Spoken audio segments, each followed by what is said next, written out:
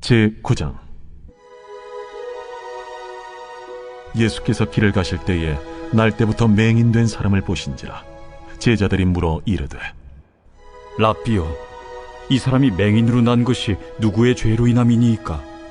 자기니이까 그의 부모니이까? 이 사람이나 그 부모의 죄로 인한 것이 아니라 그에게서 하나님이 하시는 일을 나타내고자 하심이라. 때가 아직 낮음에 나를 보내신 이의 일을 우리가 하여야 하리라.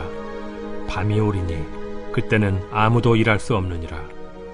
내가 세상에 있는 동안에는 세상의 빛이로라. 이 말씀을 하시고 땅에 침을 뱉어 진흙을 이겨 그의 눈에 바르시고, 실로암 못에 가서 씻으라. 실로암은 번역하면 보냄을 받았다는 뜻이라. 이에 가서 씻고 밝은 눈으로 왔더라. 이웃 사람들과 전에 그가 거린인 것을 보았던 사람들이 이르되, 이는 앉아서 구걸하던 자가 아니냐? 그 사람이라. 아니라 그와 비슷하다. 내가 그라. 그러면 내 눈이 어떻게 떠졌느냐? 예수라 하는 그 사람이 진흙을 이겨 내 눈에 바르고 나더러 실로암에 가서 씻으라 하기에 가서 씻었더니 보게 되었노라. 그가 어디 있느냐? 알지 못하노라. 그들이 전에 맹인이었던 사람을 데리고 바리새인들에게 갔더라. 예수께서 진흙을 이겨 눈을 뜨게 하신 날은 안식일이라. 그러므로 바리새인들도 그가 어떻게 보게 되었는지를 물으니, 그 사람이 진흙을 내 눈에 바르매 내가 씻고 보나이다. 바리새인 중에 어떤 사람은 말하되, 이 사람이 안식일을 지키지 아니하니 하나님께로부터 온 자가 아니라. 죄인으로서 어떻게 이러한 표적을 행하겠느냐? 그들 중에 분쟁이 있었더니 이에 맹인되었던 자에게 다시 묻되, 그 사람이 내 눈을 뜨게 하였으니 너는 그를 어떠한 사람이라 하느냐? 선지자니이다. 유대인들이 그가 맹인으로 있다가 보게 된 것을 믿지 아니하고 그 부모를 불러 묻되, 이는 너희 말에 맹인으로 났다 하는 너희 아들이냐? 그러면 지금은 어떻게 해서 보느냐? 이 사람이 우리 아들인 것과 맹인으로 난 것을 아나이다. 그러나 지금 어떻게 해서 보는지 또는 누가 그 눈을 뜨게 하였는지 우리는 알지 못하나이다. 그에게 물어보소서. 그가 장성하였으니 자기 일을 말하리이다. 그 부모가 예수 그리스도께서 이 땅에 오셔서 우리에게 행하신 7가지의 표징을 사도 요한이 기록해 놓은 것은 그 표징들을 통하여서 예수 그리스도께서 온전하신 하나님의 아들이시고 또 메시아이심을 완벽하게 증명할 수 있는 증거가 되는 사건이라는 점에서 기록해둔 내용들입니다. 그런 점에서 오늘 요한복음 9장에서 말씀하고 있는 날 때부터 소경된 이가 앞을 보게 된 이 사건도 무엇을 우리에게 증언하는 말씀이라고 볼 수 있을까요? 예수님은 곧 하나님이시다. 예수 그리스도는 메시아이시며 예수 그리스도는 곧 빛이시며 생명이시다 라고 하는 사실을 잘 보여주는 사건이라고 말할 수 있을 것입니다. 다른 복음서 말씀을 보면 예수 그리스도께서 이 땅에 오셔서 행하신 사역들을 통해서 예수가 구약에 예언된 바로 그 예수님이시다라고 하는 사실을 증명하는 여러 내용들이 있죠. 그 중에 누가복음에 보면 세례 요한이 예수님께 그 제자들을 보내어서 당신이 오실 그 메시아이십니까? 라고 확인받는 장면의 말씀이 있습니다. 그 과정 가운데서 예수님이 그 요한의 제자들에게 하신 말씀의 내용이 무엇일까요? 누가복음 7장 22절에 보면 예수께서 대답하여 이르시되 너희가 가서 보고 들은 것을 요한에게 알리되 맹인이 보며 못 걷는 사람이 걸으며 나병 환자가 깨끗함을 받으며 귀먹은 사람이 들으며 죽은 자가 살아나며 가난한 자에게 복음이 전파된다 하라. 여러분, 여기에 앞을 보지 못하는 사람이 보게 되는 것, 이것을 두고 무엇이라고 말씀하고 있나요? 예수 그리스도의 메시아 됨에 대한 명확한 표징 중에 하나다라고 이미 말씀하고 있습니다. 그러면 오늘 본문의 사건은 이와 같은 복음서의 근거에 따라서 무엇보다도 예수 그리스도의 메시아됨을 나타낼 수 있는 사건임을 명확하게 보여주는 것이라고 말할 수 있겠죠. 이사야 35장 4절 이하에 기록된 말씀의 성취입니다. 그때 이 맹인의 눈이 밝을 것이며 라고 하는 말씀을 통하여서 메시아로 오신 예수 그리스도는 앞을 보지 못하는 자들의 눈을 뜨게 할 뿐이다 라고 하는 것을 예언해 두고 있는 것이죠.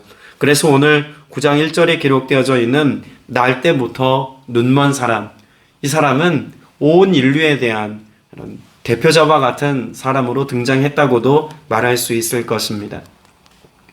이 시대를 살아가고 있는 많은 사람들도 엄밀한 의미에서 앞을 보지 못하는 맹인 것 같다고 말할 수 있을 것입니다. 어떤 점에서 그렇습니까? 진리를 분간하지 못합니다.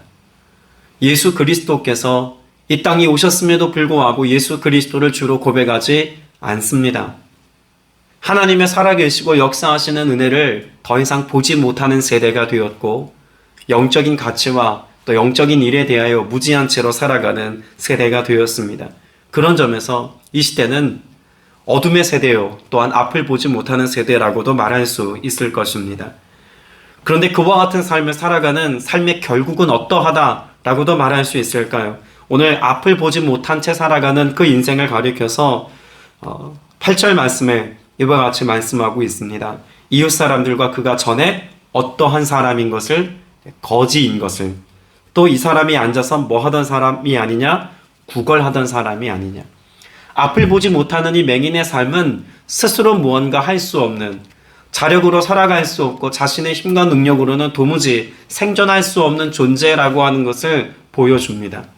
그래서 이 사람은 구걸하고 누군가의 도움을 철저하게 의지하여 살아가는 인생임을 대변해주고 있지 않습니까? 여러분, 이런 점에서 오늘 앞을 보지 못하는 이 세대를 향해서 주님이 우리에게 말씀하시는 명확한 메시지가 있음을 알 수 있습니다. 여러분, 앞을 보지 못한다는 것은 죄로 인하여 그 앞이 가리워져 하나님 앞에 나설 수 없는 인생에 대한 주님의 말씀입니다. 하나님을 우리가 어떻게 하나님으로 인정하지 않게 되었을까요? 죄로 인한 결과입니다. 그 죄가 하나님과 나 사이에 가림막이 되어서 큰 담벼락과 같이 자리하고 있어서 우린 도무지 하나님을 볼 수도, 하나님 앞에 자유롭게 나아갈 수도 없는 상태가 되었습니다. 근데 이와 같은 삶으로 인하여서 우리 인생 가운데 찾아온 결과는 고통과 탄식과 괴로움이라고 하는 것을 우리가 얼마 전 말씀을 통해서도 보지 않았습니까? 마치 맹인의 삶에 다가온 그런 구걸하는 인생, 그의 모습과 같이 우린 철저하게 세상 가운데 의존하여 살아가고 있고, 또 세속이 우리에게 말하여 주고 있는 세상의 가치에 매여 살아가게 만드는 그런 인생이 되었다는 것을 말씀해 주고 있습니다. 때문에 예수 그리스도께서 이 땅 가운데 오셔서 우리의 눈을 밝혀주시는 것처럼 죄의 문제를 해결해 준다는 사건은 단지 우리가 예수로 말미암아 구원받았다라고 하는 회복의 상태에 대한 말씀이기만 한 것이 아니라, 예수 그리스도를 주로 고백하여 믿고 바라보는 삶을 살게 되어진다면 우리의 삶 가운데 그렇게 세상에 의지하여 살아갔던 삶의 방식도 천산하게 된다는 것을 명확하게 우리에게 말씀해 주고 있는 것이죠. 물질에 매여서 혹은 사람에 의존해서 잠시 있다 사라질 영원하지 않은 것에 붙들려서 살아가는 삶의 태도를 어떻게 해결합니까? 예수 그리스도께서 우리에게 허락하여 주신 믿음의 가치를 따라 살아갈 때, 복음의 빛 가운데 우리가 거하게 되었을 때 비로소 우리는 예수 그리스도로 인하여서 날마다 빛 가운데로 행하는 삶을 살아가는 은혜 안에 거하게 될 줄로 믿습니다. 로마서 3장은 우리 인생에 대하여 명확하게 정의 내려주고 있습니다. 로마서 3장 23절에 모든 사람이 죄를 범하였음에 하나님의 영광에 이르지 못하더니, 여러분, 이 말씀이 오늘 이 맹인의 삶의 모습과 닮았다고 말할 수 있지 않겠습니까? 죄를 범한 결과 하나님의 영광의 빛 아래 거하지 못하게 되었습니다. 그 죄로 인하여 어둠 가운데 거하게 된 우리 인생들에 대한 말씀인 것이죠.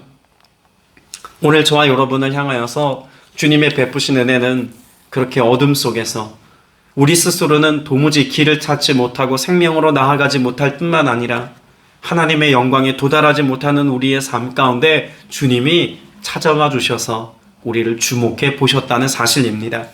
1절 말씀에 보면 예수께서 가시다가 날 때부터 눈먼 사람을 보셨다라고 말씀하고 있습니다. 날 때부터 맹인된 이가 자신의 이 앞을 보지 못하는 상황과 형편을 안타깝게 여겨서 해법을 찾지 못하다가 예수님께 나아간 것이 아닙니다. 예수님께서 가시다가 그를 보셨습니다. 그리고 그를 긍휼히 여기시고 불쌍히 여기셔서 그에게 빛을 선물하셨습니다. 생명을 주셨습니다. 평범한 일상을 살아갈 수 있는 능력을 그에게 허락하셨습니다. 예수님이 보신 것으로부터 출발했다는 점이 중요합니다. 죄의 문제를 해결받는 우리 인생의 삶의 모습도 내가 예수 그리스도를 찾아 나서서, 쉽게 말하여 구도하여서 우리가 주님께 나아가 우리 인생의 생명과 영혼의 삶을 보장받는 은혜의 길로 들어선 것이 아닙니다. 예수 그리스도께서 이 땅에 오셨습니다. 전적인 은혜의 시작입니다. 그리고 예수 그리스도께서 우리를 택하셨습니다. 예수 그리스도로 말미암아 우리가 구원에 이를 수 있는 길을 발견하게 되었습니다. 모든 은혜의 삶이, 구원의 역사가 주님께서 우리를 주목하여 보신 것으로부터 출발한다고 말할 수 있습니다. 오늘 주님이 우리를 찾아와 우리 가운데 거하십니다. 근데 너무나 안타깝게도 우리가 우리 가운데 계시는 주님을 보지 못한다면 우린 생명의 역사 가운데 참여하는 자로서의 삶을 살지 못할 것입니다. 성경은 분명히 우리에게 약속하고 있습니다. 두세 사람이 내 이름으로 모인 그곳에 나도 그들 중에 있느니라고 말씀하셨습니다. 오늘 여기 주님이 계심을 우리가 확증받고 또한 확신하는 믿음의 고백을 가지고 예배하는 삶을 살아야 할 줄로 믿습니다. 그렇게 주님이 우리에게 베푸신 은혜 안에서 주님의 행하신 일이 무엇이라고 말씀하고 있을까요? 오늘 말씀 6절 이하에 보면 예수님께서는 이 날 때부터 맹인된 자를 위하여서 땅에 침을 뱉어서 이것으로 진흙을 개어 그의 눈에 바르셨다라고 말씀하고 있습니다. 여러분이 앞을 보지 못하게 된, 날 때부터 소경된 이에게 주님이 행하시는 오늘 본문의 사건은 꼭 어떤 모습을 닮아 있다고 말할 수 있을까요? 마치 태초에 인간을 창조하신 하나님께서 흙으로 인간을 빚으신 것처럼, 그로 하여금 살아있는 존재가 되게 하시기 위하여 그를 지으신 것처럼 지금 예수님께서는 그의 삶에 새로운 창조의 역사를 일으키고 있는 모습과 닮았다고 말할 수 있을 것입니다. 침을 뱉어서 진흙을 개어서 그의 눈에 발라주셨습니다. 그리고 예수님께서 그렇게 흙으로 그의 눈을 바르신 것뿐만 아니라 무엇하라고 말씀하셨을까요? 7절 말씀에 보면 그에게 어디로 가서? 실로암으로 가서 씻으라 말씀하십니다. 여러분, 여기 실로암이라고 하는 의미를 설명해 두지 않았습니까? 실로암은 번역하면 보냄을 받았다는 뜻이라고 설명합니다. 구약 성경에 보냄을 받은 자라고 하는 의미로 쓰여진 단어가 있습니다. 흔히 여호와의 사자라는 표현을 씁니다. 말락 세호바라고 하는 히브리어입니다. 그런데 여기 말락 세호바라고 하는 보냄받은 자라고 하는 것은 때로 구약 성경에서 누구를 지칭하는 말이기도 하냐면 예수 그리스도를 예표하는 말이기도 합니다. 그러면 실로암이라고 하는 그 공간에 대한 설명이지만 실로암 연못은 누구를 예표하고 있다고 볼 수 있을까요? 보냄을 받을 자로서 이 땅 가운데 오신 예수 그리스도를 예표하고 있다고 말할 수 있습니다. 자, 그러면 다시 예수님께서 진흙을 이겨서 그의 눈을 바르시는 이 사건은 예수 그리스도께서 그에게 새로운 창조의 역사를 행하고 계시다라고 하는 것으로도 볼 수 있습니다. 그런데 그 생명의 창조의 역사를 우리가 떠올려 보면 태초에 하나님께서 인간을 흙으로 지으시고 난 뒤에 마지막에 다른 여러 피조물들과 다르게 행하신 일이 있다면 무엇일까요? 하나님의 호흡을 그 흙에 불어넣어서 어떤 존재가 되게 하셨습니까? 생영이 된지라, 영적 존재로서의 창조가 일어났다는 것을 말씀하고 있습니다.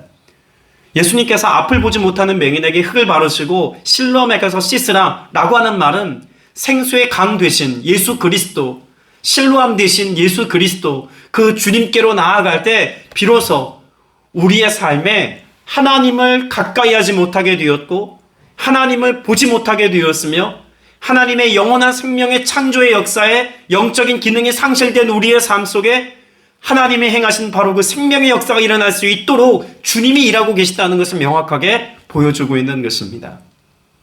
오늘 하나님을 온전히 바라보지 못했던 우리의 인생에 믿음의 눈을 뜨게 하시는 분은 실로암 대신 예수 그리스도인 줄로 믿습니다. 오늘 그 주님이 우리에게 행하신 새로운 창조의 역사가 오늘 우리에게 일어났음을 여러분 명확하게 발견할 수 있게 되시기를 바랍니다.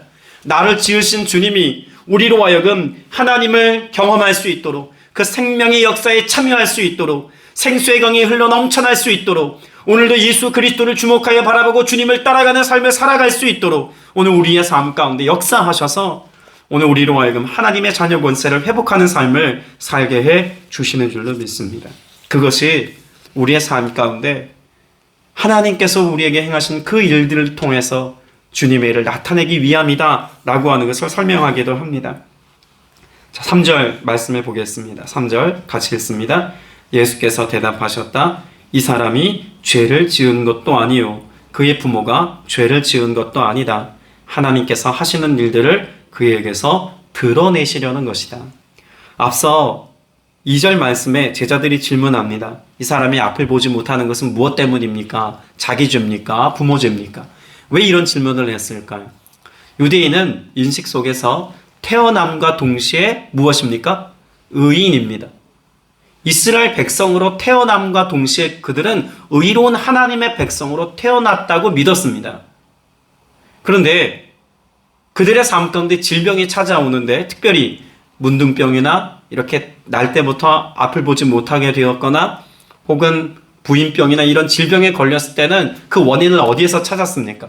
날 때부터 의인된 이에게 그렇게 감당할 수 없는 질병이 찾아온 것은 죄 때문이다라고 하는 인식이 유대인들에게는 있었다는 말입니다. 그러면 맹인, 이꼴 무엇입니까? 죄인이라고 하는 등식이 성립되는 것이죠.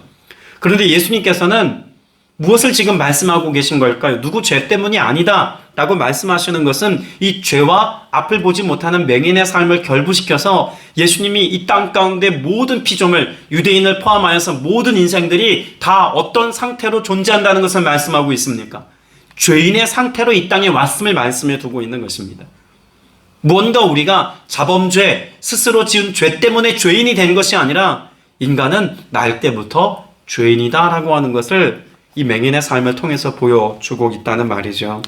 그런데 이와 같은 그 죄인의 삶을 통하여서 예수 그리스도께서 그를 보시고 그를 온전케 해주심을 통해서 결국 드러내기를 원하시는 바가 있다면 무엇일까요? 단지 이 사람을 불쌍히 여겨서 일상을 회복할 수 있도록 정상인으로 살아갈 수 있도록 앞을 보게 하셨다라고 말씀하신 게 아닙니다. 그에게 행하신 이 사건을 두고 뭐라고 말씀하셨을까요?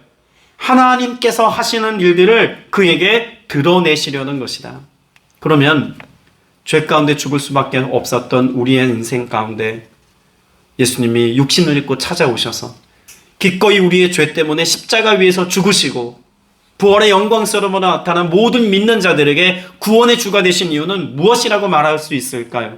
믿는 자들의 삶을 통하여서 하나님의 영광을, 하나님의 하시는 일들을 나타내기를 기뻐하시고 원하신다라고 말할 수 있다는 것이죠. 세상의 빛이 되신 예수님께서 어둠 속에 살아가는 우리 인생 가운데 빛을 비추어 주셨습니다. 죄인된 우리가 죄인인지 모르고 살아갔던 인생이었지만 예수 그리스도로 말미암아 주님 앞에 나와 그 죄됨을 고백하며 회개하며 나아갈 때 의로운 하나님의 백성 될 자격을 얻게 하셨습니다. 우리의 삶에 이와 같은 회복의 역사가 일어나는 것은 단지 오늘을 조금 더 나은 인생길로 인도하신 주님의 은혜 안에 젖어 살게 하시는 한 하나님의 돌봄의 방편이 아님을 우리는 알아야 합니다. 그도 물론 하나님의 은혜입니다. 가난한 자 부유하게 되고 또한 주님의 돌봄 없이는 살아갈 수 없는 연약한 인생이 오늘 주님 안에서 소망을 발견하고 기쁨의 고백과 믿음의 담대함으로 오늘을 살아가는 것은 분명 주님의 은혜입니다. 그러나 여기에만 머물러 있어서는 안 된다는 사실을 요한복음은 계속해서 증언합니다.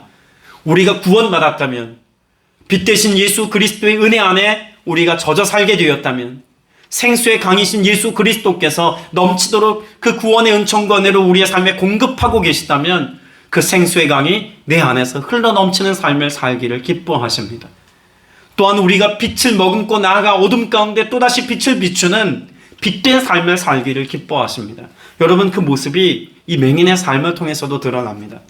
앞을 보지 못했던 이 맹인이 그렇게 앞을 보게 되고 난 뒤에 그 고백이 달라졌습니다. 어떤 고백을 가지고 나아갑니까? 제일 먼저는 많은 사람들이 예수 그리스도를 통하여 앞을 보게 된 이 사람에게 어떻게 앞을 보게 되었는지를 설명하는 과정 가운데 나를 고치신 이를 11절에서 어떻게 고백하냐면 그가 대답하였다. 예수라는 사람이라고 말합니다. 여기 예수라는 사람이라고 하는 이 말은 일반적으로 나사렛 예수가라는 의미입니다. 우리는 나사렛 예수 그러면 좋은 의미로 많이 사용합니다만 1세기 유대인들이 예수님에 대하여 나사렛 예수라고 말할 때는 폄하하는 의미로 사용된 말입니다. 나사렛에서 무슨 선한 것이 날 수 있겠느냐라고 하는 말의 의미와 같은 것이죠. 그런 의미에서 많은 사람들이 예수라는 사람이 나사렛 예수가 라고 하는 의미로 이 맹인은 예수님에 대하여 설명합니다. 그런데 조금 시간이 지나서 바리새파 사람들 앞에 사람들이 이 맹인을 데리고 가죠. 그때 이 사람들이 다시 물어봅니다. 너는 그를 누구라고 하느냐? 라고 질문합니다. 그때 17절 말씀에 보면 그의 대답이 나사렛 예수입니다가 아닙니다. 그를 향해서 뭐라고 고백하나요? 그분은 예언자입니다. 개역개정에서는 선지자입니다. 라고 말합니다. 그런데 여기에서 멈추지 않습니다. 여러분, 이 맹인이 시간이 조금 더 지나서 나사렛 예수입니다, 선지자입니다 라고 하는 고백을 지나 뭐라고 말하고 있을까요? 말씀해 보면 우리가 오늘 본문 말씀을 지나서 36절에 이렇게 말씀하고 있습니다. 바리새파 사람이 그 사람을 쫓았다는 말을 예수께서 들으시고 그를 만나서 물으셨다. 내가 인자를 뭐 하느냐? 믿느냐? 그때 그가 대답합니다. 선생님, 그분이 어느 분입니까? 내가 그분을 믿겠습니다. 그럼 나를 치료해 준 그 대상을 이제는 어떤 대상으로 여기겠다는 것입니까? 믿음의 주로 여기겠다는 것입니다. 그러면 나사렛 예수에서, 예언자에서 이제는 믿음의 대상이 되신 예수 그리스도로의 고백이 그의 삶 가운데 있었다는 사실을 말씀을 통해서 알 수 있는 것입니다. 그런데 우리가 여기서 한 가지 더 주목해 볼 것은 그가 믿음의 주라고 고백하기까지 얼마나 담대한 믿음의 고백을 가지고 나아가는지도 알아야 합니다. 21절 말씀에서 그 부모가 예수 그리스도를 하나님의 전능자라고 고백하는 것을 두려워합니다. 그의 아들에게 직접 가서 물어보십시오라고 말하는 대목이 나오죠. 그런데 그렇게 말한 이유를 22절에서는 이렇게 설명합니다. 그 부모는 유대 사람들이 무서워서 이렇게 말한 것이다. 예수를 그리스도라고 고백하는 사람은 누구든지 회당에서 내쫓기로 유대 사람들이 이미 결의에 놓았기 때문이다라고 설명합니다. 그러면 이와 같은 결의가 있었다는 것을 알고도 앞을 보게 된 맹인은 이제 나를 눈뜨게 한 일을 어떻게 고백하고 있다는 겁니까? 그리스도로 고백하고 있다는 이야기인 것을 확인할 수 있습니다. 오늘 저와 여러분이 예수 그리스도로 말미암아서 이전과 같이 더 이상 앞을 보지 못하는 상태가 아니라 하나님의 말씀을 아멘할 수 있는 자가 되었고 예수 그리스도의 주되심을 고백할 수 있는 상태가 되었다면 단지 나사렛 예수가 아니라 내 삶의 문제를 해결해 주는 해결자 정도가 아니라 내 영원한 생명을 공급하시고 나의 인생을 견인하시며 오늘도 경영하시는 내 인생의 주권을 되시는 하나님의 아들로서의 예수 그리스도를 오늘 고백하는 삶을 살아야 할 줄로 믿습니다. 예수는 그리스도십니다. 이것이 오늘 우리가 고백해야 될 믿음의 선포라는 사실을 분명하게 보여주고 있습니다. 분명 오늘 이 맹인은 예수 그리스도로 인하여서 진정한 의미의 회복을 경험했다고 말할 수 있습니다. 여러분, 이 사람은 분명히 알았습니다. 예언의 말씀을 따라 맹인인 자신이 눈을 뜨게 되었다는 것은 내 신분이 어떻게 되었다는 것에 대한 확증입니까? 죄인에서 의인으로, 영원한 죽음에서 영원한 생명으로 옮겨갔다는 것을 누구보다도 확실하게 알고 있는 사람이었다는 말입니다. 그러므로 예수 그리스도는 하나님이시다라는 사실을 부인할 수 없는 것이죠.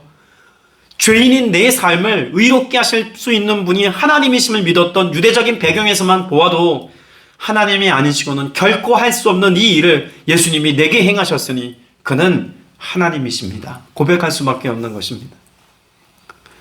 우리는 예수를 믿고 구원받았다는 사실을 오늘도 확증받고 살아갑니다. 또 그것을 고백하기를 주저하지 않죠.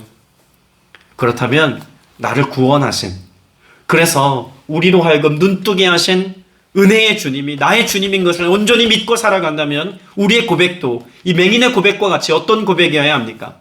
예수는 그리스도입니다 라는 믿음의 선포이어야 할 줄로 믿습니다. 말씀을 맺습니다. 오늘 본문에 등장하는 이 맹인의 삶을 통해서 마지막으로 한 가지 더 드러내기를 원하는 것은 단지 그가 앞을 보게 되었다가 아니라 이제는 믿음의 주로 고백하는 믿음의 사람이 되었다는 것을 말씀해 두고 있는 것이죠. 그리고 그의 부모를 통해서 21절의 말씀에 보면 이 맹인의 삶을 이렇게도 이야기합니다. 그가 자기의 일을 이야기할 것입니다. 맹인은 자기에게 일어난 이 사건을 말할 수 있을 만큼 성장했다라고 하는 것을 말해주고 있는 것 아닙니까? 오늘 예수를 믿고 구원받아서 이제 빛 가운데 거하고 생수의 강이 흘러 넘쳐나는 삶을 살게 된 구원받은 하나님의 백성이 되었다면 이제는 우리에게 어떤 삶의 고백이 필요하다는 겁니까? 내게 행하신, 내가 경험한, 오늘 내게 이루신 하나님의 역사가 내 삶에 선명하게 경험되어져야 한다는 것을 말씀하고 있습니다. 그리고 그것을 내 믿음의 고백으로 선포하고 증언할 수 있는 증인의 자리에 이르러야 한다는 것도 말씀해 두고 있는 것이죠. 우리는 성경에 기록된 어떤 영적인 삶을 살아갔던 이들의 삶에 일어난 그 사건을 두고 아멘 하는 데만 머물러서는 안 될 것입니다. 교회 역사 속에서 일어났던 수많은 이야기들을 우리의 말씀 속에서 선포하는 설교의 내용으로 그저 듣고 그치는데 머물러서는 안 될 것입니다. 온 땅의 역사 가운데 행하신 하나님의 권능과 예수 그리스도의 구원의 역사가 오늘 내게 일어났다면 여러분 이 사건은 매일 매순간 우리의 삶 가운데 날마다 새롭게 경험되어져야 할 하나님의 일로서 오늘 여러분의 입술을 통해 고백되어야 한다는 말이기도 합니다. 바라기는 오늘도 여러분이 주님이 행하신 바로 그 기적의 역사들로 충만한 오늘을 살게 되시길 축복합니다.